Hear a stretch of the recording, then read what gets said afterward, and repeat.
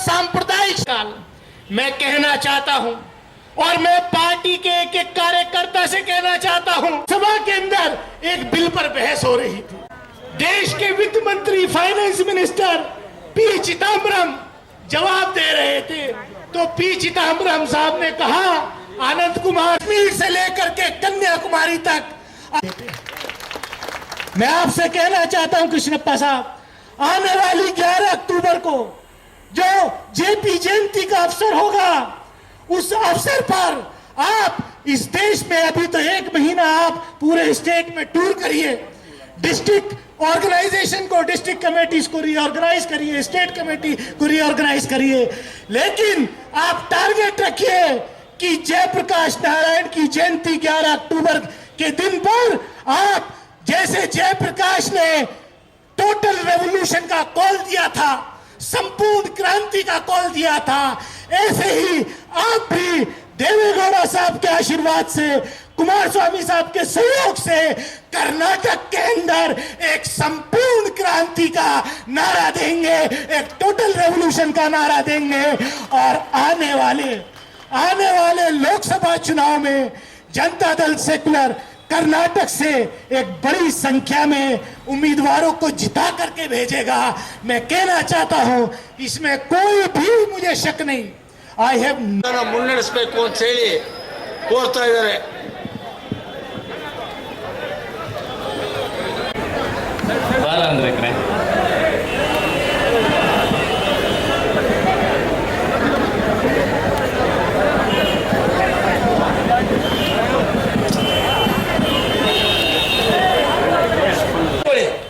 ದೇವೇಗೌಡರು ಕೂಡ ಮಾತಾಡಿದ ಮೇಲೆ ಧ್ವಜ ಕೊಡೋ ಕಾರ್ಯಕ್ರಮ, ದಯವಿಟ್ಟೆಲ್ಲ ಕೂತ್ಕೊಳ್ಳಿ। ಈ ಪಕ್ಷ ಬೆಳೆಯುತ್ತೆ, ಈ ಪಕ್ಷ ಅಧಿಕಾರಕ್ಕೂ ಬರುತ್ತೆ, ಯಾವ ಸಂಶಯ ಇಲ್ಲ ಇದರಲ್ಲಿ। ಯಾವಾಗಲೂ ದೈವದಲ್ಲಿ ನಂಬಿಕೆ ಇದೆ ನನಗೆ। ಯಾರೂ ಇದನ್ನು ನನ್ನಿಂದ ಇವತ್ತು ವಿಚಲಿಸಲಿಕ್ಕೆ ಸಾಧ್ಯ ಇಲ್ಲ। ನಡೆದಂಥ ಕೆಲವು ಘಟನೆಗಳು ಪ್ರಕೃತಿಯ ವಿಕೋಪದಿಂದ ಆ ಕಡೆ ಹೋಗಿದೆ। ಮೊನ್ನೆ ಸಭೆಯಲ್ಲಿದ್ದರು ಅವರು।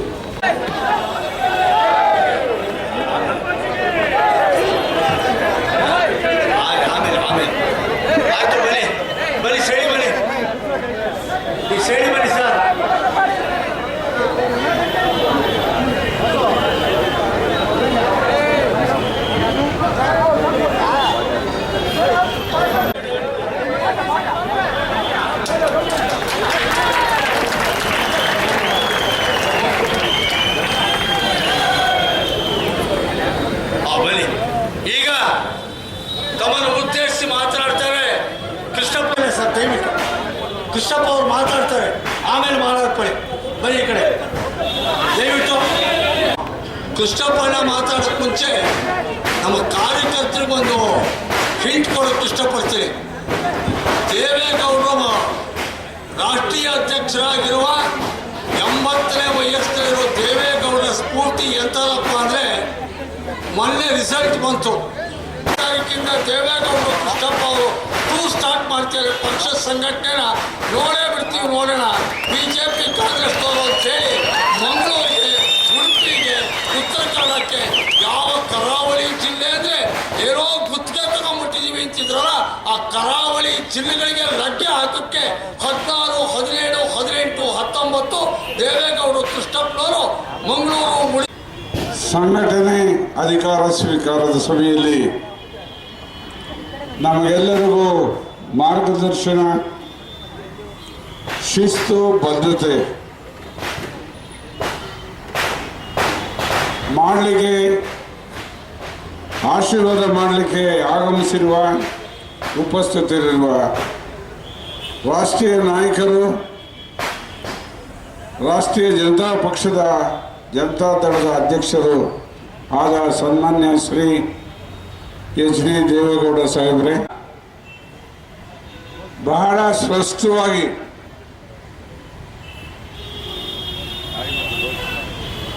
ಅರ್ಥಗರ್ಭಿತವಾಗಿ ನಮಗೆಲ್ಲ ಒಂದು ಹೊಸ ಚೈತನ್ಯವನ್ನು ಕೊಡೋ ರೀತಿಯಲ್ಲಿ ಮಾತನಾಡಿದ ನಮಗೆಲ್ಲರಿಗೂ ಪ್ರೋತ್ಸಾಹ ಕೊಟ್ಟಿದ್ದ ದಾನಿ ಸಾಹೇಬ್ರೆ, ಸರ್ವಕ್ಕೆ ಕಾಲಿಡುವಂಥ ಒಂದು ದಿನ ಆಗಿದೆ.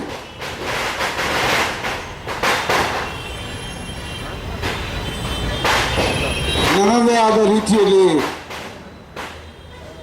35 ವರ್ಷಗಳಿಗೂ ಹೆಚ್ಚಾಗಿ ಬೇರೊಂದು ಪಕ್ಷದಲ್ಲಿ ಶಿಸ್ತಿನ ಸಿಪಾಯಿಯಾಗಿ ನಾನು ಕೆಲಸ ಮಾಡ್ಕೊಂಡು ಬಂದೆ. ಆದರೆ ಮೊನ್ನೆ ನಡೆದಂಥ ವಿಧಾನಸಭೆ ಚುನಾವಣೆ ಸಂದರ್ಭದಲ್ಲಿ ರಾಜಕೀಯ ಪಿತೂರಿಯಿಂದ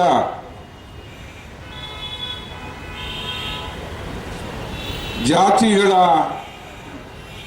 ಪ್ರೇಮದಿಂದ, ದುಡ್ಡಿನ ಪ್ರೇಮದಿಂದ ನಾನು ಬಲಿಪಶುವಾದೆ.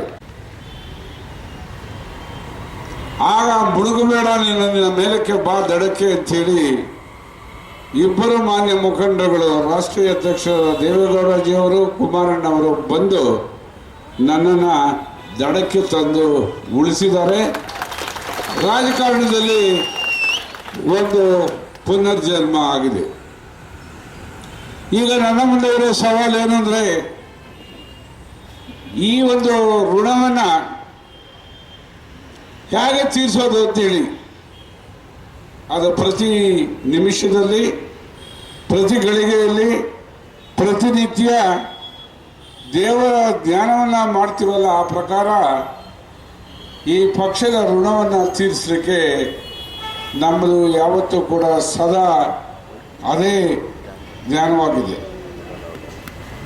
ಹಲವಾರು ನಾಯಕರುಗಳು ಮಾತಾಡಿದಾಗ ಹಲವಾರು ಸೂಚನೆಗಳನ್ನು ಕೊಟ್ಟಿದ್ದಾರೆ, ಹಲವಾರು ಸಲಹೆಗಳನ್ನು ಹೇಳಿದ್ದಾರೆ. ಬಹುಶಃ ಇವೆಲ್ಲವೂ ಕೂಡ ನನ್ನ ಬದುಕಿನಲ್ಲಿ ಬೇರೆ ಪಕ್ಷದಲ್ಲಿ ನಡೆಸಿದ್ದೇನೆ. ಜನತಾದಳ ಪಕ್ಷ ಗ್ರಾಮೀಣ ಪ್ರದೇಶದಲ್ಲಿ ಇನ್ನೂ ಬಹಳ ದೊಡ್ಡ ಶಕ್ತಿಯಾಗಿ ಉಳಿದಿದೆ ಅಂತ ನನ್ನ ಭಾವನೆ ಈ 5 ತಿಂಗಳಲ್ಲಿ ಗೊತ್ತಾಗಿದೆ. ಇವತ್ತು ಬೇಕಾಗಿರೋದು ಭಾಷಣ ಅಥವಾ ಬದುಕ ಅಂತೇಳಿ, ಪ್ರೀಚಿಂಗ್ ಆರ್ ಪ್ರಾಕ್ಟೀಸಿಂಗ್. ನಾವೀಗ ಬದುಕಿನಲ್ಲಿ ತೋರಿಸುವಂಥ ಒಂದು ಪ್ರಯತ್ನಗಳನ್ನು ಮಾಡಬೇಕಾಗಿದೆ. ಬೂತ್ ಮಟ್ಟದಿಂದ ರಾಜ್ಯ ಮಟ್ಟದವರೆಗೂ ಕೂಡ ಕಾರ್ಯಕರ್ತರನ್ನು, ಮುಖಂಡರನ್ನು ತೊಡಗಿಸಿಕೊಂಡು ಅವರ ಭಾವನೆಗಳ ಜೊತೆಯಲ್ಲಿ, ಅವರ ಅನಿಸಿಕೆಗಳ ಜೊತೆಯಲ್ಲಿ ಪಕ್ಷವನ್ನು ಕಟ್ಟಲಿಕ್ಕೆ ನಾವು ಇವತ್ತು ಮುಂದಾಗಬೇಕಾಗಿದೆ. ಒಬ್ಬನ ಒಂದು ಪಕ್ಷ ಕಟ್ಟಲಿಕ್ಕೆ ಆಗಲಿಲ್ಲ, ಯಾವ ದೇಶದಲ್ಲೂ ಕೂಡ ಅದು ಸಾಧ್ಯತೆ ಆಗಿಲ್ಲ. ಪಕ್ಷವನ್ನು ಕಟ್ಟಬೇಕಾದ್ರೆ ವೇದಿಕೆ ಮೇಲೆ ಇರುವಂಥ ಹಿರಿಯ ಮುಖಂಡರು, ನಮ್ಮ ಎದುರುಗಡೆ ಇರುವಂಥ ಕಾರ್ಯಕರ್ತರು, ಇವರಿಬ್ಬರು ಕೂಡಿದಾಗ ನಾವು ನಮ್ಮ ಪಕ್ಷವನ್ನು ಅಧಿಕಾರಕ್ಕೆ ತರಬಹುದು. ನಿನ್ನೆ ನಾನು ಹಿರಿಯೂರಲ್ಲಿ ಮನೆಗಳು ಬಿದ್ದೋಗಿ ಬಹಳ ಅಲ್ಲೋಲ ಕೊಲ್ಲೋಲ ಆಗಿದೆ, ಅಲ್ಲಿಗೆ ಹೋಗಿದ್ದೆ. ಅಲ್ಲಿ ನಾನು ಒಂದು ಮಾತು ಹೇಳಿದೆ, ನಮ್ಮ ಕಾರ್ಯಕರ್ತರು, ನಮ್ಮ ಮುಖಂಡರೆಲ್ಲ ಇಲ್ಲಿದ್ದಾರೆ, ವೇದಿಕೆ ಮೇಲೆ ಇದ್ದಾರೆ, ಮುಂದುಗಡೆ ಕೂತಿದ್ದಾರೆ. ಇವತ್ತು ನಮ್ಮ ಪ್ರಯತ್ನಗಳು ಒಂದು ಐತಿಹಾಸಿಕ ಪುಟಗಳನ್ನು ಸೃಷ್ಟಿ ಮಾಡಲಿಕ್ಕೆ ಹಿರಿಯೂರಲ್ಲಿ ಸೋತ ಮೇಲೆ ಒಂದು ಕಚೇರಿಯನ್ನು ಓಪನ್ ಮಾಡಿ, ಅಲ್ಲಿ ಕಚೇರಿಯ ಮೇಲೆ ಒಂದು ಪಕ್ಷದ ಬಾವುಟವನ್ನು ಆರಿಸಿದ್ದೀನಿ. ಅದಕ್ಕಾಗಿ ನಾನು ನಿನ್ನೆ ಹೇಳಿದೆ, ಈ ಕಟ್ಟಡದ ಮೇಲೆ ಜನತಾದಳ ಎಸ್ನ ಒಂದು ಬಾವುಟ ಇದೆ. ಇವತ್ತಿನ ದಿವಸದಲ್ಲಿ ಶ್ರೀಮಾನ್ ದೇವೇಗೌಡರು, ಕುಮಾರಸ್ವಾಮಿಗಳು, ಎಲ್ಲ ಮುಖಂಡರು ಸೇರಿ ಕಾರ್ ಮೇಲೆ ಪಕ್ಷದ ಬಾವುಟವನ್ನು ಹಾಕಿದ್ದಾರೆ. ಈಗ ವಿಧಾನಸೌಧದ ಮೇಲೆ ಹಾಕೋಕ್ಕೆ ಮುಂದಾಗಬೇಕು ಅಂತೇಳಿ. ಯಾವ ಜಾತಿ, ಧರ್ಮ, ಭಾಷೆ, ಪ್ರಾಂತೀಯ ಭಾವನೆಗಳನ್ನು ಇಟ್ಟು ನನ್ನ ಬದುಕಲ್ಲಿ ಕೆಲಸ ಮಾಡಲಿಲ್ಲ. ಅವನ್ನೆಲ್ಲ ಮೀರಿ ಮನುಷ್ಯರನ್ನ ಮನುಷ್ಯರಾಗಿ ನೋಡಬೇಕಾಗಿದೆ, ಕಾರ್ಯಕರ್ತರಾಗಿ ನೋಡಬೇಕಾಗಿದೆ. ಆ ಪ್ರಕಾರ ಇವತ್ತು ನಿಮ್ಮ ಮನಸ್ಸನ್ನ ಗೆಲ್ಲಬೇಕಾಗಿದೆ. ಅದರ ಮುಖಾಂತರ ಪಕ್ಷವನ್ನು ಗಟ್ಟಿ ಮಾಡಬೇಕಾಗಿದೆ. ನನಗೆ ಕೆಲಸ ಮಾಡೋದು ಏನು ಯಾವತ್ತೂ ಬೇಸರ ತಂದಿಲ್ಲ. ಇವತ್ತು ಇಂಥ ಒಂದು ಅವಕಾಶವನ್ನು, ಸುವರ್ಣ ಅವಕಾಶವನ್ನು ಜನತಾದಳದ ನಾಯಕತ್ವ ನನಗೆ ಕೊಟ್ಟಿದೆ. ನಾನು ಹೆಮ್ಮೆ ಪಡ್ತೇನೆ. ಅಷ್ಟೇ ಹೆಮ್ಮೆಯಿಂದ ಈ ಪಕ್ಷಕ್ಕಾಗಿ ನಾನು ನನ್ನ ಅಪರೂಪ ಸೇವೆಯನ್ನು ನಡೆಸ್ತೇನೆ ಅನ್ನೋ ಒಂದು ಭರವಸೆಯನ್ನು ಮೇಲ್ಗಡೆ ಕೂತಿರೋ ನಾಯಕರುಗಳಿಗೆ ನಿಮಗೆ ಕೊಡ್ತಿದ್ದೇನೆ. ಇವತ್ತು ಇದೊಂದು ಹೊಸ ಅಧ್ಯಾಯ. ಯಾವ ರಾಜಕೀಯ ಪಕ್ಷಗಳ ಮುಖಂಡರು ಏನೋ ಒಂದು ರೀತಿ ನಮೂನೆ ಟೀಕೆಯನ್ನು ಮಾಡ್ತಿದ್ರು. ಅಪ್ಪ ಮಕ್ಕಳ ಪಕ್ಷ ಅಂತ ಹೇಳಿ ನಮ್ಮವರು ಬಹಳ ಚೆನ್ನಾಗಿ ಹೇಳಿದ್ರು ನಮ್ಮ ನಾಯಕರು. ತಮಿಳುನಾಡಿನಲ್ಲಿ, ಆಂಧ್ರ ಪ್ರದೇಶದಲ್ಲಿ, ಬಿಹಾರಲ್ಲಿ, ಉತ್ತರ ಪ್ರದೇಶದಲ್ಲಿ, ಕರ್ನಾಟಕದಲ್ಲಿ ಒಂದು ಮನೆಗೆ 4 ಜನ 5 ಜನ ಇರಬಹುದು. ಆದರೆ ದೇವೇಗೌಡರು ಮಕ್ಕಳ ಪಕ್ಷ ಅಂತೇಳಿ ಹೇಳ್ಕೊಳ್ಳಿಕ್ಕೆ ಅವರಿಗೆ ನಾಚಿಕೆ ಆಗಬೇಕು.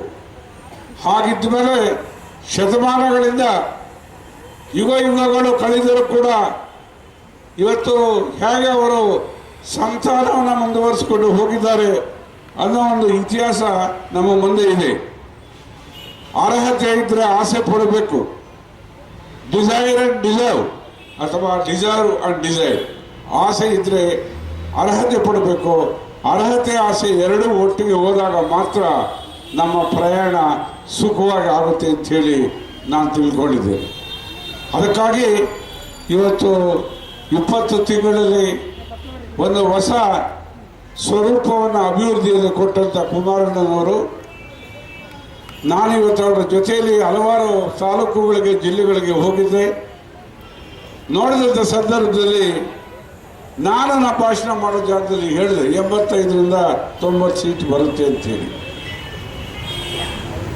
500 ಓಟಿಂದ 200 ಓಟಿಂದ 5,000 ಓಟ್ನಲ್ಲಿ ಸುಮಾರು 21 ಜನ ನಮ್ಮ ಅಭ್ಯರ್ಥಿಗಳು ಸೋತಿದ್ದಾರೆ. ಅದರಲ್ಲಿ ನಾನು ಒಬ್ಬ.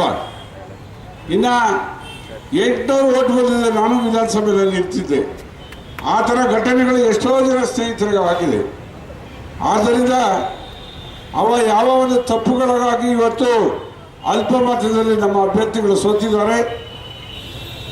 ಇವತ್ತು ರಾಜ್ಯದಲ್ಲಿ ತಾಲೂಕು ಸಮಿತಿಗಳು, ಜಿಲ್ಲಾ ಸಮಿತಿಗಳು, ಹಾಗೆ ರಾಜ್ಯ ಸಮಿತಿ ಇವೆಲ್ಲವನ್ನೂ ಕೂಡ ಸತತವಾಗಿ ಕಚೇರಿಯಲ್ಲಿ ಕೂತು ಅಭ್ಯಾಸ ಮಾಡಬೇಕಾಗುತ್ತೆ.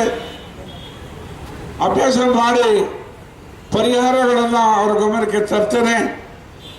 ಆ ಪರಿಹಾರಗಳನ್ನು ಮಾಡಿಕೊಂಡು ಪಕ್ಷವನ್ನು ಕಟ್ಟೋಕ್ಕೆ ಮುಂದಾಗಬೇಕು.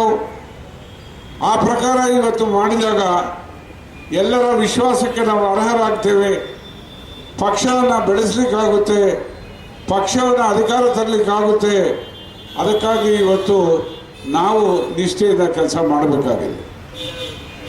ಬಹುಶಃ ಮಹಾತ್ಮ ಗಾಂಧಿಯವರು ಸ್ವಾತಂತ್ರ್ಯಕ್ಕಾಗಿ ಹೋರಾಟ ಮಾಡಿದ್ರು. ಇವತ್ತು ಈ ಸಭೆಯಲ್ಲಿ ಭೀಷ್ಮನ ರೂಪದಲ್ಲಿ ಕೂತಿರುವ ದೇವೇಗೌಡರು ಈ ಜನತಾದಳ ಹಲವಾರು ಸಂದರ್ಭಗಳನ್ನು, ಏರುಪೇರುಗಳನ್ನು ನೋಡಿ ಇನ್ನೂ ಈ ಪಕ್ಷವನ್ನು ಉಳಿಸ್ಕೊಂಡಿದ್ದಾರೆ ಅಂಥೇಳಿ ಹೇಳಬೇಕಾದ್ರೆ ಹೆಮ್ಮೆ ಆಗುತ್ತೆ. ಅವರು ಗಾಂಧಿ ಮಾದರಿಯಲ್ಲಿ ಹೋರಾಟಗಳನ್ನು ಮಾಡಿ ಈ ಪಕ್ಷವನ್ನು ಉಳಿಸಿದ್ದಾರೆ, ಬೆಳೆಸಿದ್ದಾರೆ. ಅದಕ್ಕಾಗಿ ಅವರ ಮಾರ್ಗದರ್ಶನದಲ್ಲಿ ನಾವು ಕೆಲಸ ಮಾಡಲಿಕ್ಕೆ ಏನು ಕಷ್ಟ ಇಲ್ಲ, ಕೆಲಸ ಮಾಡ್ತೇವೆ. ನಾನು ಅವರಿಗೆ ಇಷ್ಟೇ ಹೇಳುವಂಥದ್ದು, ಹಳ್ಳಿ ಪ್ರದೇಶದಲ್ಲಿ, ತಾಲೂಕುಗಳಲ್ಲಿ, ಜಿಲ್ಲೆಗಳಲ್ಲಿ ನಾನು ಕಂಡ ಹಾಗೆ ಇವತ್ತು ಮೇಜರ್ ಸರ್ಜರಿ ಆಗಬೇಕಾಗಿದೆ. ಮೇಜರ್ ಸರ್ಜರಿ ಮಾಡದೇ ಇದ್ದರೆ ಮಲಗಿರೋದು ಮಲಗೇ ಇರ್ತಾರೆ, ಕೂತಿರೋದು ಕೂತೇ ಇರ್ತಾರೆ. ಸುಮ್ಮನೆ ಮೂಕಪ್ರಾಣಿಯಾಗಿ ವಿಸಿಟಿಂಗ್ ಕಾರ್ಡ್ಸ್ ಮಾಡಿಕೊಂಡು ಓಡಾಡ್ಕೊಂಡಿರೋರು ಓಡಾಡ್ಕೊಂಡೇ ಇದ್ದಾರೆ. ಚುನಾವಣೆಗಳು ಬಂದಾಗ ಸಕ್ರಿಯವಾಗಿ ಕೆಲಸ ಮಾಡುವಂಥದ್ದಿಲ್ಲ. ಒಳ ಒಪ್ಪಂದಗಳಿಗೆ ಬಲಿಯಾಗಿ ಜನತಾದಳ ಪಕ್ಷಕ್ಕೆ ಸೋಲಾಗಿದೆ ಅನ್ನೋದನ್ನು ನಾನು ಕೂಡ ರಾಜ್ಯದ ಹಲವಾರು ಜಿಲ್ಲೆಗಳಲ್ಲಿ ನಾನು ಕಂಡಿದ್ದೇನೆ. ಒಳ್ಳೆಯವರು 100 ಜನ ಇರಲಿ, ಕೆಟ್ಟವರಿಗೆ 200 ಜನ ಬೇಕಾಗಿಲ್ಲ. ಯಾವ ಒಂದು ಶಿಸ್ತಿಗೆ ನಮ್ಮ ಜೊತೆಯಲ್ಲಿ ಹೋರಾಟ ಮಾಡಲಿಕ್ಕೆ ತಯಾರಾಗಿಲ್ಲ, ಅವರು ಬೇಕಾಗಿಲ್ಲ.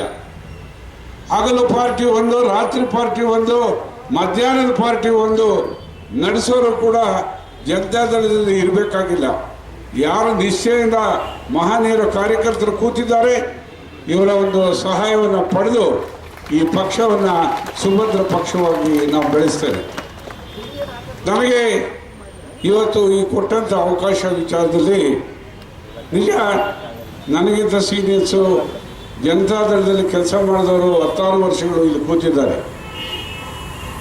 ನಾನು ಅವರಿಗೊಂದು ಭರವಸೆ ಕೊಡ್ತೀನಿ. ನಾನು ಮೊದಲು ಯಾಕೆ ಒಬ್ಬ ಮನುಷ್ಯನಿಗೆ ಮರ್ಯಾದೆ ಕೊಡಬೇಕು ಅನ್ನೋದನ್ನು ನನಗೆ ಕಲಿಸಿದ್ದಾರೆ. ಆದ್ದರಿಂದ ಆ ಮರ್ಯಾದೆಯನ್ನು ಕೊಟ್ಟು ನಿಮ್ಮ ಜೊತೆ ನಾನು ಕೆಲಸ ಮಾಡ್ತೇನೆ ಅನ್ನೋ ಒಂದು ಭರವಸೆಯನ್ನು ಹಿರಿಯರಿಗೆ, ಸೀನಿಯರ್ಸ್ಗೆ ಹೇಳಲಿಕ್ಕೆ ಬಯಸ್ತೇನೆ. ಯಾತಕ್ಕಾಗಿ ಇವತ್ತು ಈ ಅಧಿಕಾರವನ್ನು ಕೊಟ್ಟಿದ್ದಾರೆ? ಮಲಗಿ ನಿದ್ದೆ ಮಾಡಲಿಕ್ಕ ಅಥವಾ ಮೋಜು ಮಾಡಲಿಕ್ಕ ಅಲ್ಲ, ಹೋರಾಟ ಮಾಡಬೇಕಾಗಿದೆ. ಹೋರಾಟ ಮಾಡದೇನೆ ಯಾರೋ ಬೆಳ್ಳಿ ತಟ್ಟೆಯಲ್ಲಿ ಅಧಿಕಾರವನ್ನು ತಂದು ನಮ್ಮ ಕೈ ಕೊಡಲ್ಲ ಅನ್ನೋ ಒಂದು ಗುಟ್ಟು ನನಗೆ ಗೊತ್ತಿದೆ. ಆದ್ದರಿಂದ ಕಾರ್ಯಕರ್ತರ ಪಡೆಯನ್ನು ಕಟ್ಟಿಕೊಂಡು ಇವತ್ತು ಈ ಪಕ್ಷವನ್ನು ಅಧಿಕಾರಕ್ಕೆ ತರುವಂಥ ದಿಕ್ಕಿನಲ್ಲಿ ನಮ್ಮ ಪ್ರಯಾಣ ಸಾಗಬೇಕಾಗಿದೆ. ಮುಂದಿನ ದಿನಗಳಲ್ಲಿ ಆಗಬೇಕಾದಂಥ ಸಮಿತಿಗಳಲ್ಲಿ ಸಾಮಾಜಿಕ ನ್ಯಾಯಕ್ಕೆ ಬದ್ಧತೆಯನ್ನು ಕೊಡುವಂಥ ವಿಶಾಲವಾದ ಬಾಗಿಲುಗಳನ್ನು ಶ್ರೀಮಾನ್ ದೇವೇಗೌಡರು ಮತ್ತು ಕುಮಾರಣ್ಣ ಅವರು ಈಗ ತೆಗೆದಿದ್ದಾರೆ. ಆ ವಿಶಾಲವಾದ ಬಾಗಿಲುಗಳು, ಆ ವಿಶಾಲವಾದ ಹೃದಯ ನಾವು ಆ ಶ್ರೀಮಂತಿಕೆಯನ್ನು ಇಟ್ಟು ಭವಿಷ್ಯದಲ್ಲಿ ಮಾಡಬೇಕಾದಂಥ ಹಲವಾರು ಸಮಿತಿಗಳಿಗೆ ನಮ್ಮ ಗುರುತಿಸೇ ಇಲ್ಲದಂಥ ಪಕ್ಷಗಳ ಜಾತಿಗಳು ಯಾವುದಿದ್ದಾವೆ, ಯಾವತ್ತೂ ಕೂಡ ರಾಜಕಾರಣಕ್ಕೆ ಬಹಳ ದೂರ ಯಾರಿದ್ದಾರೆ, ಅವನ್ನ ಯಾರೂ ಕೂಡ ನೀವು ಪಾಪ ಅಂತ ಕೈ ಹಿಡಿದು ಕರೀದೇದಂಥ ಜಾತಿಗಳಿದ್ದಾವೆ, ಪ್ರಾಂತೀಯ ಪ್ರದೇಶಗಳಿದ್ದಾವೆ. ಅವೆಲ್ಲವನ್ನು ಗಮನದಲ್ಲಿಟ್ಟು ಬರುವಂಥ ದಿನಗಳಲ್ಲಿ ಸಮಿತಿಗಳು ಮಾಡಿ ಸಾಮಾಜಿಕ ನ್ಯಾಯಕ್ಕೆ ಬದ್ಧತೆಯನ್ನು ಇವತ್ತು ದೇವೇಗೌಡರು, ಕುಮಾರಸ್ವಾಮಿ ಅವರು ಘೋಷಣೆ ಮಾಡಿದ್ದಾರೆ. ಅದೇ ಪ್ರಕಾರ ನಾವು ಆ ರೀತಿ ಮಾಡಿಕೊಂಡು ಹೋಗ್ತೇವೆ. ಸಾಮೂಹಿಕ ನಾಯಕತ್ವ, ಸಾಮಾಜಿಕ ನ್ಯಾಯ, ಈ 2 ರೈಲು ಕಂಬಿಗಳ ಮೇಲೆ ನಮ್ಮ ಪ್ರಯಾಣವನ್ನು ನಾವು ಮಾಡಿದಾಗ ಸುಖವಾಗಿ ಸುಗಮವಾಗಿ ನಾವು ಹೋಗಬೇಕಾದಂಥ ಪಟ್ಟಣಕ್ಕೆ ನಮ್ಮ ಯಾತ್ರೆ ಸುಗಮವಾಗಿ ಆಗುತ್ತೆ. ಆ ವಿಚಾರದಲ್ಲಿ ಅವರಿಬ್ಬರೂ ಕೂಡ ಎಲ್ಲರೂ ಇವತ್ತು ಆ ಒಂದು ಆತ್ಮವಿಶ್ವಾಸವನ್ನು ಇಟ್ಟು ನನಗೆ ಈ ಅಧಿಕಾರವನ್ನು ಕೊಟ್ಟಿದ್ದಾರೆ. ಅವರ ನಂಬಿಕೆಗೆ ನಾನು ನಡ್ಕೊಳ್ತೇನೆ ಅಂತ ನನಗೆ ಧೈರ್ಯ ಇದೆ, ಸ್ಥೈರ್ಯ ಇದೆ, ಮಾನಸಿಕ ಬದ್ಧತೆ ಇದೆ. ನಾನು ಇವತ್ತು ಇಷ್ಟು ಎತ್ತರಕ್ಕೆ ಇಂಥವ್ರ ಮುಂದೆ ನಿಂತು ಮಾತಾಡಲಿಕ್ಕೆ ನನಗೊಂದು ಅವಕಾಶ ಸಿಕ್ಕಿದೆ ಅಂದರೆ 2-3ನೇ ಗುಟ್ಟು ಯಾವುದೂ ಇಲ್ಲ. ಒಂದು, ನಂಬಿಕೆಗೆ ಅರ್ಹನಾಗಿರೋದು. 2ನೇದು, ಕೊಟ್ಟಂಥ ಕೆಲಸವನ್ನು ನಾಜೂಕಾಗಿ ಕೆಲಸ ಮಾಡಿ ಅವರ ಮೆಚ್ಚುಗೆಯನ್ನು ಪಡೆಯುವಂಥದ್ದು. ಈ 2 ಗುಟ್ಟುಗಳಲ್ಲಿ ನಾನು ನಿಮ್ಮ ಜೊತೆಯಲ್ಲಿ ಇರ್ತೇನೆ. ಮತ್ತು ಶಿಸ್ತಿನ ವಿಚಾರದಲ್ಲಿ ನಾನು ಯಾವತ್ತೂ ಕಾಂಪ್ರಮೈಸ್ ಆಗಿಲ್ಲ. ಅಕಸ್ಮಾತಾಗಿ ಒಬ್ಬ ನಿಜವಾದ ಹಿರಿಯ ಜನತಾದಳ ಕಾರ್ಯಕರ್ತನು ಕೂಡ ತಪ್ಪು ಮಾಡಿದಾಗ ಅದನ್ನು ದಂಡಿಸ್ತೀವಿ ವಿನಃ ನಾವು ಅವರ ಹತ್ರ ಕೈ ಮಿಲಾಯಿಸುವಂಥ ಕೆಲಸ ನಾವು ಮಾಡಲಿಕ್ಕೆ ಹೋಗೋದಿಲ್ಲ. ಶಿಸ್ತು ಭಾಳ ಮುಖ್ಯ. ಯಾರು ಡಿಸಿಪ್ಲಿನು, ಡೆಡಿಕೇಶನು ಇವೆರಡನ್ನು ಇಟ್ಕೊಂಡಿದ್ದಾರೆ ಅವರ ಬದುಕಿನಲ್ಲಿ ಯಾವತ್ತೂ ಕೂಡ ಯಶಸ್ಸನ್ನು ಕಾಣಲಿಕ್ಕೆ ಸಾಧ್ಯತೆ ಇದೆ ಅನ್ನೋ ನಂಬಿಕೆ ನನ್ನದಾಗಿದೆ. ಅದಕ್ಕಾಗಿ ಈ ಎಲ್ಲ ಮುಖಂಡರಿಗೂ ಕೂಡ ಭರವಸೆ ಕೊಡ್ತಿದ್ದೇನೆ.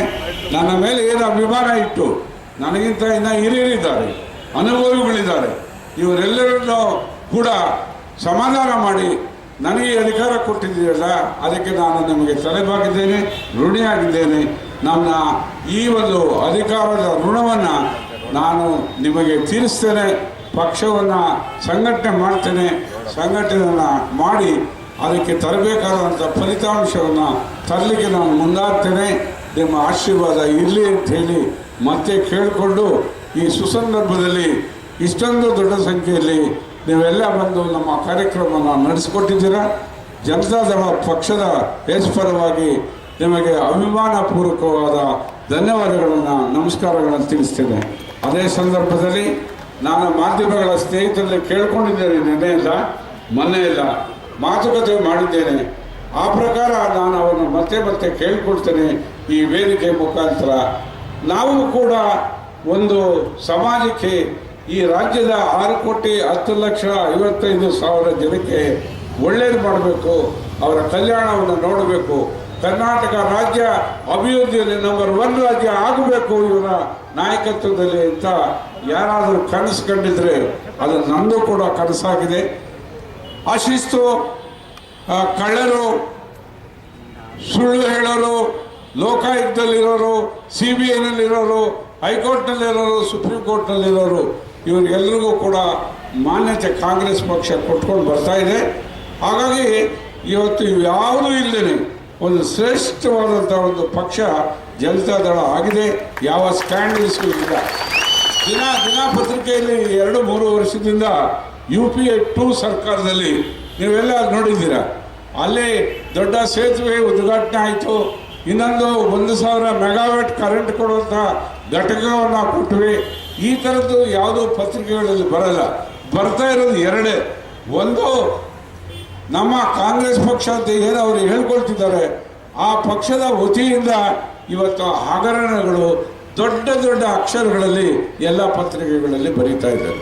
ಅದು ರಾಹುಲ್ ಗಾಂಧಿಯಿಂದ ಹಿಡಿದು ಅವರ ಭಾವ, ಇನ್ನೊಬ್ಬರು ಏನು ಅವರ ಅಳಿಯ ಇದ್ದಾರೆ, ಸೋನಿಯಾ ಗಾಂಧಿ ಅವರ ಅಳಿಯ, ಅಲ್ಲಿವರೆಗೂ ರಾಬರ್ಟ್ ವರ್ಧನ, ಹರ್ಬರ್ಟ್ ವರ್ಧನ ಅಂತೂ ಅವರ ಅಳಿಯ ಇದ್ದಾನೆ, ಒಬ್ಬ ಅಳಿಯ ಇರೋದಲ್ವ.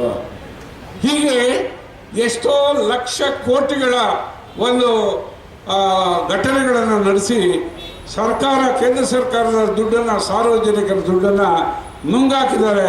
ಅವೆಲ್ಲವನ್ನು ಕೂಡ ಇವತ್ತು ಬಿಚ್ಚಿ ಜನರ ಮುಂದೆ ಹೇಳಬೇಕಾಗುತ್ತೆ. ನಿಮಗೆ ಒಂದೊಂದು 2-3 ಮಾತು ಹೇಳಿ ನಾನು ಮುಗಿಸ್ತೇನೆ. ಯಾಕಂದರೆ ಕುಮಾರಣ್ಣ ಜೇಲೂರಾಗ ಅಲ್ಲಿ ಸಭೆಗೆ ಹೋಗ್ಬೇಕಂತ ಅವರ ಕ್ಷೇತ್ರದಲ್ಲಿ. ಒಂದು ಏನಪ್ಪ ಅಂತ ಹೇಳಿದ್ರೆ, ಇವತ್ತು ಮಾರುಕಟ್ಟೆಯಲ್ಲಿ ಈ ದುಸ್ಥಿತಿಗೆ ಬಂದಿರೋ ಕಾರಣ ಭಾಳ ಜನಕ್ಕೆ ನಿಮಗೆ ಗೊತ್ತಿಲ್ಲ. ಕರ್ನಾಟಕದಲ್ಲಿ ಬಿಡಿ, ಮಳೆ ಇಲ್ಲ, ಕರೆಂಟ್ ಇಲ್ಲ, ನೀರಿಲ್ಲ. ಯಾವ ರೈತ ಕೂಡ ಹೊಲ ಮಾಡೋಂಗಿಲ್ಲ, ಗದ್ದೆ ಮಾಡೋಂಗಿಲ್ಲ, ತೋಟ ಮಾಡೋಂಗಿಲ್ಲ. ನಾನು ಮೊನ್ನೆ ಚುನಾವಣೆ ನಿಂತ ಕ್ಷೇತ್ರ ಉದಾಹರಣೆ ತಗೊಂಡು ಬಯಲುಸೀಮೆ ಜಿಲ್ಲೆಗಳಲ್ಲಿ ಹೇಳಬೇಕಾದ್ರೆ ಏನು ಈ 3 ದಿವಸದ ಸ್ವಲ್ಪ ಮಳೆ ಬಿದ್ದಿದೆ. ಅದು ಬರಗಾಲದ ಒಂದು ತುದಿಗೆ ಸಿಕ್ಕಿ ಜನ ಬಹಳ ಸಂಕಷ್ಟಕ್ಕೆ ಸಿಕ್ಕಿದ್ದಾರೆ. ಅಲ್ಲಿ ಯಾವ ನೀರಾವರಿ ಯೋಜನೆಗಳಿಗಾಗಲಿ, ಯಾವ ಸಂದರ್ಭದಲ್ಲಿ ಕುಮಾರಣ್ಣವರು ಅಡ್ಮಿನಿಸ್ಟ್ರೇಟಿವ್ ನೋಟಿಫಿಕೇಶನ್ ಮಾಡಿದ್ರು, ಅಲ್ಲಿನ ನೀರಾವರಿ ಯೋಜನೆಗಳಿಗೆ ಅದನ್ನು ಕಾರ್ಯರೂಪಕ್ಕೆ ತರಲಿಕ್ಕೆ ಆಗಲಿಲ್ಲ. ವಿಧಾನಸೌಧದಲ್ಲಿ ಭಾಳ ಮಾತಾಡ್ತಿದ್ದಾರೆ. ಇವತ್ತು ಈ ಒಂದು ದರಗಳು ಈಗ ಆಗಬೇಕಾದ್ರೆ ಕಾರಣ ಏನಂತ ಭಾಳ ಜನಕ್ಕೆ ಗೊತ್ತಿಲ್ಲ. ಯಾವುದೇ ಒಂದು ದೇಶದ ಆರ್ಥಿಕ ಸ್ಥಿತಿಗತಿಗಳನ್ನು ಇತರೆ ದೇಶಗಳ ಪ್ರಪಂಚದಲ್ಲಿ ಅಳತೆ ಮಾಡಬೇಕಾದ್ರೆ ನಮ್ಮ ಹತ್ರ ಫಾರಿನ್ ಕರೆನ್ಸಿ ಸ್ಟಾಕ್ಸ್ ಇರಬೇಕು, ಬಂಪರ್ ಆಗಿರಬೇಕು. ಆದರೆ ಇತ್ತೀಚಿನ ದಿನಗಳಲ್ಲಿ UPA 2 ಸರ್ಕಾರ ಬಂದ ಮೇಲೆ ಮನಮೋಹನ್ ಸಿಂಗ್ ಅವರು ತನ್ನ ಅಧಿಕಾರದ ಏನು ಕಮಾಂಡ್ ಅಂತ ಹೇಳ್ತೀವಿ ಅದನ್ನು ಸಂಪೂರ್ಣವಾಗಿ ಕಳ್ಕೊಂಡಿದ್ದಾರೆ. ಹಾಗಾಗಿ ಎಕ್ಸ್ಪೋರ್ಟ್ ಏನು ಪರ್ಸೆಂಟೇಜ್ ಇತ್ತು ಅದು ಆಕಾಶದಲ್ಲಿ ಇದ್ದಿದ್ದು ಅದು ಭೂಮಿಗೆ ಬಂದಿದೆ. ಹಾಗಾಗಿ ಡಾಲರಿನ ಬೆಲೆ ಇವತ್ತು ಜಾಸ್ತಿ ಆಯಿತು. ಹಾಗಾಗಿ ಇಂಡಿಯಾ ದೇಶದ ಕರೆನ್ಸಿ ಬೆಲೆ ಕಡಿಮೆ ಆಯಿತು. ಇವತ್ತಿರುವಂಥ ಪರಿಸ್ಥಿತಿನಲ್ಲಿ ಅನ್ಎಂಪ್ಲಾಯ್ಮೆಂಟ್ ಪೊಸಿಷನ್ ಭಾಳ ವರ್ಸ್ಟ್ ಆಗಿದೆ. ಕಾರಣ ಏನಪ್ಪ ಅಂತ ಹೇಳಿದ್ರೆ, ಇವರು ಜಾಬ್ ಓರಿಯೆಂಟೆಡ್ ಪ್ರೋಗ್ರಾಮ್ಸ್ ಯಾವುದು ಮಾಡಲೇ ಇಲ್ಲ. ಹೀಗಾಗಿ ದಿವಾಳಿ ಎತ್ತ ಇಂಡಿಯಾ ಹೋಗ್ತಿದೆ ಅಂತೇಳಿ ನಾನನ್ನ ಹೇಳಿದ್ದು. ರತನ್ ಟಾಟಾ ಅವರು ಹೇಳಿದ್ದಾರೆ, ಭಾರತ ದೇಶದ ಸರ್ಕಾರ ಪ್ರಪಂಚದ ದೇಶಗಳ ಜೊತೆ ನಂಬಿಕೆಯನ್ನು ಕಳ್ಕೊಂಡಂಥ ಸರ್ಕಾರ ಆಗಿದೆ ಅಂತೇಳಿ. ಇವತ್ತು ಫಾರಿನ್ ಇನ್ವೆಸ್ಟ್ಮೆಂಟ್ ವಿಚಾರದಲ್ಲಿ ಯಾರೂ ಬರ್ತಾ ಇಲ್ಲ. ಹೀಗಾಗಿ ಇವತ್ತು ಇದೊಂದು ದೊಡ್ಡ ಸಮಸ್ಯೆಯಾಗಿ ಸಾಮಾನ್ಯ ಜನ ಸಂಕಷ್ಟಕ್ಕೆ ಗುರಿಯಾಗಿದ್ದಾರೆ. ಹಾಲು ಒಂದು ಕಡೆ ಏರಿಸ್ತಾನೆ ಇದ್ದಾರೆ, ಅವರು ಪೆಟ್ರೋಲು ಡೀಸೆಲ್ ಏರಿಸ್ತಾನೆ ಇದ್ದಾರೆ. ಹಾಗಾಗಿ ಈ ಆಹಾರ ಪದಾರ್ಥಗಳ ವಿಚಾರದಲ್ಲಿ ಏನು ಇವತ್ತು ಒಂದು ಕೆಟ್ಟ ಮಾರುಕಟ್ಟೆ ಪರಿಸ್ಥಿತಿ ಇದೆ, ಅದಕ್ಕೆಲ್ಲ ನೇರವಾಗಿ ಹೊಣೆ ಆಗಿರೋದು UPA ಸರ್ಕಾರದ ವಿನ ಬೇರೆ ಅವರು ಅಲ್ಲ. ಅವರ ಆಂತರಿಕ ಸಮಸ್ಯೆಗಳು ಏನಿದ್ದಾವೆ ಅದನ್ನು ಎದುರಾಕೊಂಡು ಶ್ರೀಮಾನ್ ಮನಮೋಹನ್ ಸಿಂಗ್ ಅವರು ಅದನ್ನು ಗಟ್ಟಿಯಾಗಿ ಹೇಳಲಿಕ್ಕೆ ತನ್ನ ಸಹೋದ್ಯೋಗಿಗಳಿಗೆ ಸಾಧ್ಯವಾಗದೆ ಇವತ್ತು ಅವರು ಇಚ್ಛಾನುಸಾರ ಸ್ವೇಚ್ಛಾನುಸಾರ ಆಡಳಿತವನ್ನು ಮಾಡಿ ರಾಷ್ಟ್ರವನ್ನು ದಿವಾಳಿ ರಾಷ್ಟ್ರವಾಗಿ ಮಾಡಿ ಯಾವುದೇ ದೇಶದ ಸರ್ಕಾರ ಇವರನ್ನು ನಂಬದ ಹಾಗೆ ಮಾಡಿದ್ದಾರೆ. ಅದಕ್ಕಾಗಿ ಇವತ್ತು ನಾವು ಕಷ್ಟಕ್ಕೆ ಸಿಕ್ಕಿದ್ದೇವೆ ಅಂತ ಹೇಳಿ ರತನ್ ಟಾಟಾ ಅವರು ಅವ್ರ ಮುಖಕ್ಕೆ ಹೇಳಿದ್ದಾರೆ. ಆದ್ದರಿಂದ ಬಂಧುಗಳೇ, ಬರುವಂಥ ದಿವಸಗಳಲ್ಲಿ ಈ ಕೇಂದ್ರ ಸರ್ಕಾರ UPA 2 ಸರ್ಕಾರದ ವಿಚಾರದಲ್ಲಿ ನಾವು ಮಾತಾಡಬೇಕಾದ ಹಲವಾರು ವಿಚಾರಗಳಿದ್ದಾವೆ, ಹಗರಣಗಳಿದ್ದಾವೆ. ಆ ಹಗರಣಗಳೆಲ್ಲ ಕೋಟಿ ಕೋಟಿ ಕೋಟಿ ರೂಪದಲ್ಲಿದ್ದಾವೆ. ಈ ವಿಚಾರಗಳನ್ನು ಅರಿತು ನಮ್ಮ ಜನಸಾಮಾನ್ಯರು ಜನತಾದಳಕ್ಕೆ ಅವಕಾಶವನ್ನು ಕೊಡಬೇಕು. ನಮ್ಮದು ಯಾವುದೂ ಹಗರಣಗಳಿಲ್ಲ, ಇವ್ರದ್ದು ಯಾವುದು ಲಿಸ್ಟಲ್ಲಿಲ್ಲ. ಅವರು ಕೆಲವರು ಜೈಲಿಗೆ ಹೋಗೋರಿದ್ದಾರೆ, ಕೆಲವರು ರೈಲ್ಗೆ ಹೋಗೋರಿದ್ದಾರೆ, ಕೆಲವರು ಮನೆಗೆ ಹೋಗೋರಿದ್ದಾರೆ, ಕೆಲವರು ಅರೆಸ್ಟ್ ಇದ್ದಾರೆ, ಇನ್ನು ಕೆಲವರು CBI ಕೇಸುಗಳಲ್ಲಿ ಸಿಕ್ಕಾಕೊಂಡಿದ್ದಾರೆ. ಇಂಥ ಒಂದು ದುಸ್ಥಿತಿಯಲ್ಲಿ ಆ ಸರ್ಕಾರ ಇದೆ. ಅದಕ್ಕಾಗಿ ಆಲ್ಟರ್ನೇಟಿವ್ ಆಗಿ ಉಳಿದಿರೋದು ವಾಸನೆನೇ ಇಲ್ಲ. ವಿಧಾನಸಭೆಯಲ್ಲಿ ಕಾಂಗ್ರೆಸ್ ಪಕ್ಷ ಅಧಿಕಾರಕ್ಕೆ ಬಂದಿದೆ ಅಂತೇಳಿ ಅಲ್ಲೆಲ್ಲ ಒಂದು ಮಾವಿನ ಹಣ್ಣಿಟ್ಟರೆ ವಾಸನೆ ಬರುತ್ತೆ, ಬಾಳೆಹಣ್ಣಿಟ್ಟರೆ ವಾಸನೆ ಬರುತ್ತೆ, ಆಮೇಲೆ ಬೇರೆ ಯಾವುದಾದ್ರೂ ಒಂದು ಹಣ್ಣಿಟ್ಟರೆ ವಾಸನೆ ಬರುತ್ತೆ. ವಿಧಾನಸೌಧದಲ್ಲಿ ಕಾಂಗ್ರೆಸ್ ಪಕ್ಷ ಅಧಿಕಾರಕ್ಕೆ ಬಂದಿದೆ ಅನ್ನೋ ವಾಸನೆ ಈ 6 ಕೋಟಿ 10 ಲಕ್ಷ ಜನಕ್ಕೆ ಯಾರಿಗೂ ಇನ್ನೂ ಮುಟ್ಟಿಲ್ಲ. ಕಾರಣ ಏನಪ್ಪ ಅಂದರೆ ಸರ್ಕಾರ ಅಸ್ತಿತ್ವದಲ್ಲಿ ಇದೆಯೋ ಇಲ್ವೋ ಗೊತ್ತಿಲ್ಲ.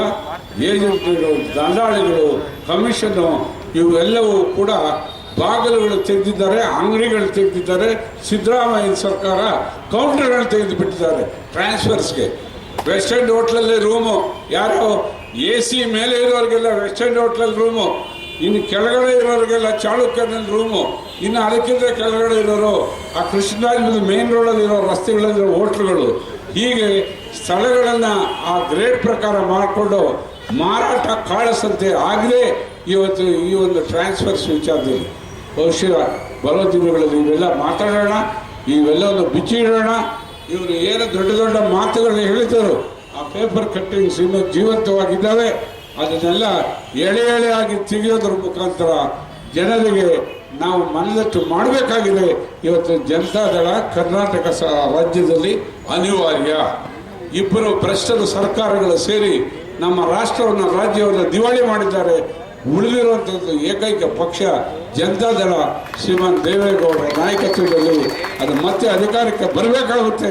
ಈ ನೀರಾವರಿ ಯೋಜನೆಗಳಿಗಾಗಿ ಏನು ತಪಸ್ಸು ಮಾಡ್ತಿದ್ದಾರೆ, ಕರೆಂಟು ವಿದ್ಯುತ್ ಶಕ್ತಿ ವಿಚಾರದಲ್ಲಿ ಹೇಳಿದ್ರು ಇವರು ಅಧಿಕಾರಕ್ಕೆ ಬರೋಕ್ಕೆ ಮೊದಲು ಏನು ಹೇಳಿದ್ರು, 8 ಗಂಟೆ ಕೊಡ್ತೀವಿ 10 ಗಂಟೆ ಕೊಡ್ತೀವಿ ಅಂತೇಳಿ. ಎಲ್ಲಿ ಕೊಡ್ತಾ ಇದ್ದಾರೆ ಸ್ವಾಮಿ? ದಿನಾ ಕರೆಂಟ್ ಇಲ್ಲ, 6 ಗಂಟೆ 8 ಗಂಟೆ 10 ಗಂಟೆ ಈ ಥರ ಸುಳ್ಳು ಭರವಸೆಗಳು ಕೊಟ್ಟಿದ್ದಾರೆ. ಹಾಲು ಜಾರಿ ಮಾಡಿದ್ರು, ಅದು ಅಲ್ಲೋಲ ಕೊಲ್ಲೋಲ ಆಗಲಿ. ಅಕ್ಕಿ ಜಾರಿ ಮಾಡಿದ್ರು, ಇವತ್ತು ಫ್ಲೋರ್ ಮಿಲ್ಲವರೆಲ್ಲ ಶಾಪ ಆಗ್ತಾ ಇದ್ದಾರೆ. ಕಾರಣ ಏನಪ್ಪ ಅಂದರೆ ಬಲಾತ್ಕಾರವಾಗಿ ಅವ್ರ ಹತ್ರ ಅಕ್ಕಿ ತಗೊಳ್ತಾರೆ. ಅಲ್ಲಿ ಮಾರಾಟ ಡಿಪೋಗಳಲ್ಲಿ ಕೊಟ್ಟಂಥ ಅಕ್ಕಿ ತಿರುಗಿ ಅದೇ ಮಿಲ್ಲಿಗೆ ಬರ್ತೈತೆ, ಪಾಲಿಶ್ ಮಾಡ್ತಾರೆ. ಪಾಲಿಶ್ ಮಾಡಿ ಅದನ್ನು 10 ರೂಪಾಯಿ KG ಇರೋದು 25 ರೂಪಾಯಿಗೆ ಆ ಮಾಲೀಕರು ಮಾಡ್ತಾ ಇದ್ದಾರೆ. ಅದೊಂದು ದಂಧೆ ಕರ್ನಾಟಕ ರಾಜ್ಯದಲ್ಲಿ ನಡೀತಾ ಇದೆ. ಇಂಥ ಬಹಳ ಕೆಟ್ಟ ಸಮಸ್ಯೆಗಳ ಜೊತೆಯಲ್ಲಿ 6 ಕೋಟಿ ಜನ ಬದುಕ್ತಿದ್ದಾರೆ. ಅದರಿಂದ ಬಿಡುಗಡೆ ಆಗಬೇಕಾದ್ರೆ ಬರುವ ಚುನಾವಣೆಗಳಲ್ಲಿ, ಪಾರ್ಲಿಮೆಂಟ್ ಚುನಾವಣೆಯಲ್ಲಿ ನಾವು ಇವತ್ತೇನು 3ನೇ ಒಂದು ಪಕ್ಷ ಅಧಿಕಾರಕ್ಕೆ ಬರುತ್ತೆ, ಥರ್ಡ್ ಫ್ರಂಟ್ ಅನ್ನೋ ಒಂದು ಮಾತು ಕೂಗು ರಾಷ್ಟ್ರದಲ್ಲಿ ಆಗಿದೆ. ಅದಕ್ಕೆ ಒತ್ತನ್ನು ಕೊಟ್ಟು ನಾವು ಕೂಡ ಕರ್ನಾಟಕದಲ್ಲಿ 15ರಿಂದ 16 ಸೀಟನ್ನು ಪಾರ್ಲಿಮೆಂಟಲ್ಲಿ ಗೆದ್ದು ಶ್ರೀಮಾನ್ ದೇವೇಗೌಡರು ತಿರುಗಿ ಕೂಡ ಇವತ್ತು ರಾಷ್ಟ್ರ ರಾಜಕಾರಣದಲ್ಲಿ ತಾರೆಯಾಗಿ ಮೆರಗಲಿಕ್ಕೆ ನಾವೆಲ್ಲರೂ ಕೂಡ ದೃಢ ಸಂಕಲ್ಪವನ್ನು ಮಾಡಿ ಕೆಲಸ ಮಾಡಬೇಕು ಅಂತ ಪ್ರಾರ್ಥನೆ ಮಾಡಿ, ನಾನು ಮತ್ತೆ ಮತ್ತೆ ಅಭಾರಿಯಾಗಿದ್ದೇನೆ. ನಿಮಗೆ ಯಾವುದೇ ಸಂದರ್ಭದಲ್ಲಿ ನೋವಾಗದ ರೀತಿಯಲ್ಲಿ ಈ ಪಕ್ಷದ ಕೆಲಸವನ್ನು ಮಾಡಲಿಕ್ಕೆ ನಾನು ಸದಾ ಸಿದ್ಧನಿದ್ದೇನೆ. ನನಗೆ ನೀವು ಅವಕಾಶ ಕೊಟ್ಟಿದ್ದಕ್ಕೆ ಕೃತಜ್ಞತೆಗಳನ್ನು ಹೇಳಿ ನಿಮಗೆಲ್ಲರಿಗೂ ಧನ್ಯವಾದಗಳು ಹೇಳ್ತೇನೆ. ಜೈ ಹಿಂದ್, ಜೈ ಕರ್ನಾಟಕ.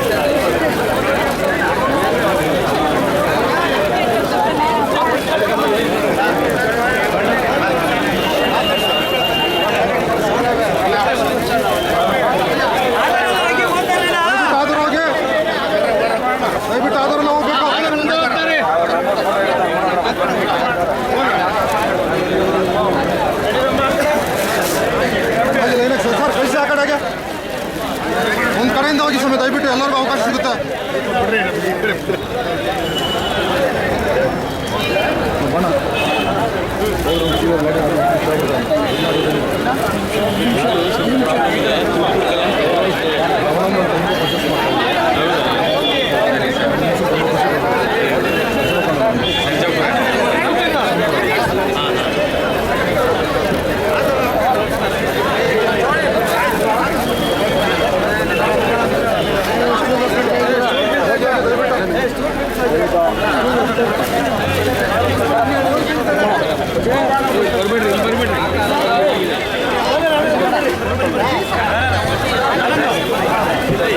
ದಾರಿ ಬಿಡಿ ಆಧಾರ್ ನಡೀರಿ, ಬೇರೆಯವ್ರಿಗೆ ಅವಕಾಶ ಕೊಡಿ ಸುಮ್ಮನೆ ದಯವಿಟ್ಟು.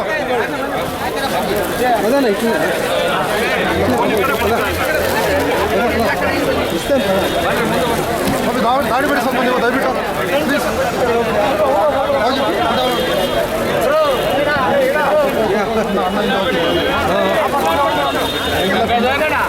ಪಿನ್ನಾಡಿ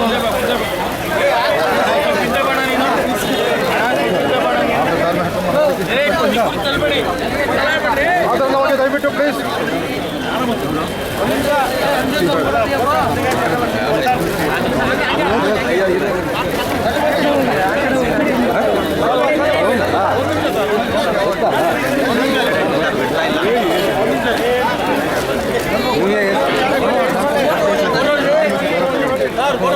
ಹಾಂ ಫೋಟೋ ಆಗಿದೆ.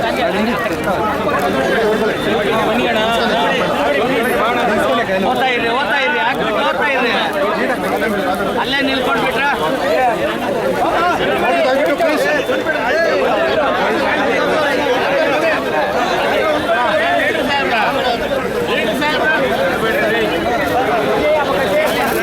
ದಯವಿಟ್ಟು ದೊಡ್ಡವರು ಅರ್ಥ ಮಾಡ್ಕೊಬೇಕು.